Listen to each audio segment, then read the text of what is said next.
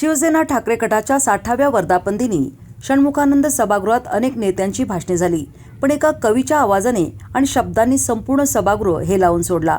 मी महाराष्ट्राच्या मराठी मातीचा हुंदका घेऊन आलोय असे म्हणत अवघ्या काही मिनिटात हजारो शिवसैनिकांची मने जिंकणारे हे व्यक्तिमत्व म्हणजे नितीन चंदनशिवे. त्यांच्या या वादळी भाषणाने फक्त टाळ्यांचा कडकडाटच मिळवला नाही, तर सभागृहात बसलेल्या उद्धव ठाकरेंच्या डोळ्यातही पाणी आणले. यानंतर आता संपूर्ण महाराष्ट्राला प्रश्न पडला आहे की नितीन चंदनशिवे नेमके आहेत तरी कोण? नितीन चंदनशिवे यांचे मूळ गाव सांगली जिल्ह्यातील कवठे महांकाळ हे आहे. त्यांचे बालपण अत्यंत गरिबीत आणि प्रतिकूल परिस्थितीत गेले. त्यांचे वडील गवंडी काम करायचे. घरात 4 बहिणी आणि 7 ते 8 जण होते. आर्थिक परिस्थिती इतकी बेताची होती की घरात साधी विजेची सोय नव्हती आणि पाण्यासाठी दररोज विहिरीवर फेऱ्या माराव्या लागायच्या. अशा भीषण परिस्थितीतही त्यांनी आपली जिद्द सोडली नाही. कुटुंबाचा गाडा चालवण्यासाठी आणि वडिलांना हातभार लावण्यासाठी नितीन यांनी बालपणापासूनच संघर्ष सुरू केला. त्यांनी भाजीपाला विकण्यापासून ते मिळेल ती अनेक छोटी मोठी कामे करून कुटुंबाला आर्थिक मदत केली. याच संघर्षाने त्यांच्या शब्दांना धार दिली. पुढे कामाच्या शोधात नितीन चंदनशिवे पुण्यामध्ये आले. पुण्यात आल्यानंतर त्यांनी खडकी रेल्वे स्थानक परिसरातील वास्तव्य आणि तिथले खडतर जीवन जवळून अनुभवले. या काळात रेल्वे स्टेशन आणि परिसरात भेटलेल्या काही सामान्य कष्टकरी माणसाकडूनच त्यांना आयुष्याचे खरे धडे मिळाले, असे त्यांनी एका मुलाखतीत सांगितले. एक ताशावादक आणि एक वैश्य व्यावसायिक महिला ठरली त्यांचे पहिले गुरु. नितीन चंदनशिवे यांच्या आयुष्याची आणि विचारांची जडणघडण कशी झाली याबद्दल त्यांनी एका मुलाखतीत प्रामाणिकपणे सांगितले आहे. एका सामान्य ताशावादकाने आणि एका वैश्य व्यवसाय करणाऱ्या महिलेने त्यांना जगण्याचे मोठे तत्वज्ञान शिकवल्याचे ते सांगतात. म्हणूनच या दोघांना त्यांनी आपले पहिले गुरु मानले. आज याच संघर्षातून तावून सुलाखून निघालेला हा कवी आणि दंगलकार आपल्या शब्दांच्या बळावर महाराष्ट्राच्या राजकारणात आणि समाजकारणात स्वतःची एक वेगळी ओळख निर्माण करण्यात यशस्वी ठरला आहे. सेना कायम खऱ्या माणसांसोबत मैदानात आहे, ती उद्याही राहणार आहे, ही संपणार नाही. फक्त माझी विनंती आहे, मला दिसते बरं का, मला काय भविष्य कळत नाही, पण मला दिसते की लवकरच तुम्ही बी सत्तेत आहे. फक्त माझी विनंती साहेब एवढीच आहे, जेवढी गेले ती त्यातलं परत यायला बघत्याल, अजिबात नाही द्यायचं.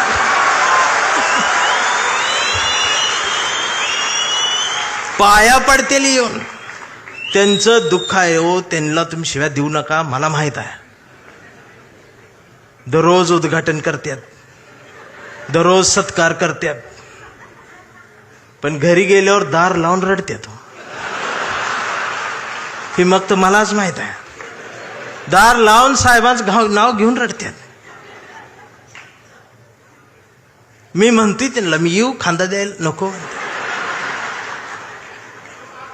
मी काय भीत नाही, सत्तेला भीत नाही, पण मी एवढा आहे, मी माझी कविता घेऊन आलोय. पाखरांच्या चोची मधला घास व्हावी कविता, पहिला आणि शेवटचा श्वास व्हावी कविता, कोसळावेत थेंब भुईत मातीचा वास व्हावी कविता, उगवावा पिंपळ एक प्रवास व्हावी कविता, त्याच पिंपळाच्या सावलीला मानवतेचे गीत गाणारी बुद्ध व्हावी कविता, मी करावे पाखरांच्या हवाली तिला मग शुद्ध व्हावी कविता, हिंदूंच्या कंठामध्ये सलाम अलिकम सलाम व्हावी कविता, मुस्लिमांच्या भाळावरचा नाम व्हावी कविता, मंदिर मस्जिद बांधणाऱ्यांच्या कपाळाचा घाम व्हावी कविता, इंद्रायणीत तरलेला तुकाराम व्हावी कविता, आणि या देशाच्या मातीत विज्ञान पेरणारी अब्दुल कलाम ही व्हावी कविता. ही कविता प्रबोधनकार ठाकरेंच्या विचारांच्या वारसदारांकडूनच येऊ शकते. आमच्या लक्षात येत नाही, आम्ही कोणाजवळ जाऊन बसावं आणि कुठून उठून जावं, ह्याला ज्याला जमलं त्यालाच आयुष्य कळलं. जाणारच आहे ना एकदा तरी, काय राहणार आहे तुमचं? अख्ख्या महाराष्ट्राच्या मनावर राज्य करणारा, हृदयाच्या कप्प्यात बंद झालेला आमचा अजितदादासारखा नेता अचानक गेलाच ना. काय नेलं सोबत? आणि दादा गेल्या दिवशी दुसऱ्या दिवशी कुटुंब शपथा घेत होतं पण मंत्रिपदाच्या. हा विनोद नाही, हा विनोद नाही, ही वेदना आहे, पर्याय नाही. काय राहते आमचं? आज कितीतरी अधिकारी भ्रष्टाचारात हे आहेत ते आहेत. समोर एखादं वंचित पिचलेलं येतं ना, त्याच्यासाठी कुणाचाच फोन येत नाही, त्याच्यासाठी कुणीच फोन करत नाही, त्याच्यासाठी कुणीच दबाव टाकत नाही. जर अधिकाऱ्यांनो तुम्ही फक्त त्याला बसवून पाणी प्यायला दिलं आणि कुणाचाच फोन न येतात जर त्याचं काम केलं ना, तर संध्याकाळी स्वाभिमानात झोप लागते.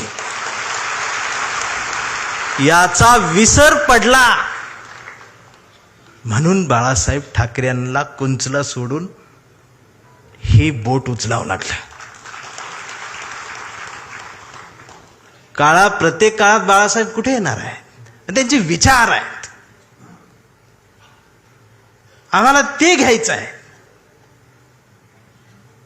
40-50 वर्षापूर्वीचा जो शिवसैनिकाचा दरारा होता ना, तो दरारा पाहिजे मला परत मुंबईत आल्यावर. आवाज